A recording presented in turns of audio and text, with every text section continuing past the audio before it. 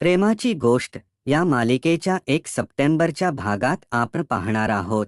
मुक्ता आणि सावनी मंगळागौरीचे खेळ खेळत असताना मुक्ता म्हणते, "का ग, सटवे माझा संसार मोडला." पण सावनी पाय घासरून खाली पडते. तेव्हा इंद्रा तिच्यावर मोठ्याने हसते.